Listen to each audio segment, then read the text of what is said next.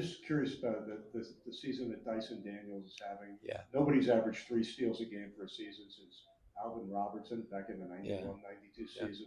So it's an extraordinary thing that he's embarking on. Could you talk about the season he's had defensively and how that's impacting the rest of your team? Yeah, I think part of it's unusual in a number of ways that what you just mentioned as far as from a statistical standpoint.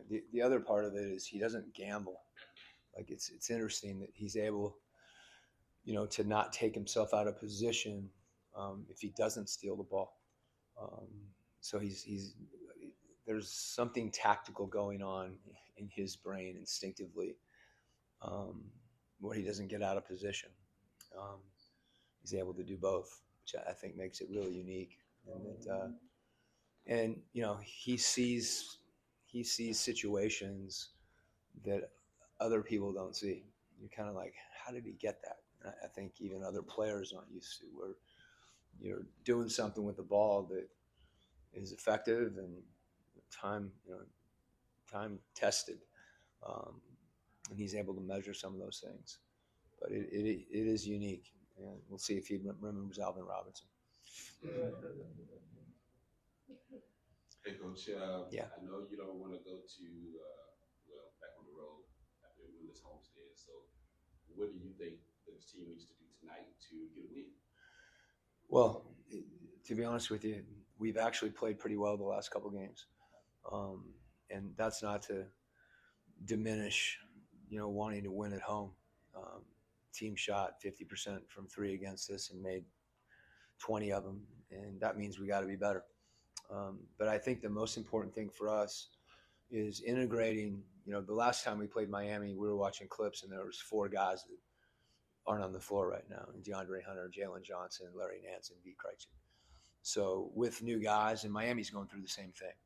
Um, getting guys integrated wherever you are, at home, on the road. I think the challenge is you want to play well, and you want to get better in those situations. And absolutely, you want to win at home. You want to win on the road too. Um, and that's something certainly, especially with our fans at home, you know, they've been great for us in situations, really during the game, even to give us a lift. Um, and there's part of you that frankly just wants to reward that by winning, because everybody feels better. But I also think we just have to be persistent, um, and have competitive endurance, um, and continue to build that as a team. Zach's average just under 16 tonight over the last 10 games. Yeah. Obviously, you've seen his career so far kind of go. What's been kind of different over the last 10 games? Where's he kind of been going? He's had stretches during the course of the year or games or, flat within games, stretches. And I think, you're getting used to the league. When you're 19, this is a lot of new stuff getting thrown at you. Um, and he works, and he's passionate, he cares. So that combination of someone that's competitive and willing to work, I think, over time you see him get better. And, you know, for young players too, that, keeping that mindset, regardless, he finished last night. He hasn't finished in a little while. And, he had an injury. He hasn't been injured in the NBA. All these things are just new to him. And the important thing for him is, regardless of what it looks like statistically, if he's taken the right shots, and he has been, he's made a few more recently. So you just got to keep doing that. Coach, you mentioned it just a few minutes ago. This team is different. The Miami team is different than what you've Yeah. played before. What are some of the things and keys that you can discuss that you're looking out for tonight? Um, you know, I, Miami and Spo, they know their team better than I do. Obviously, one thing you'd point to is just, the way Tyler Hero's playing, and I wouldn't call that different in the sense that, he's been a hell of a player for a while. Um, but there's things he's doing right now that are just unique. He's playing with an incredible level of confidence.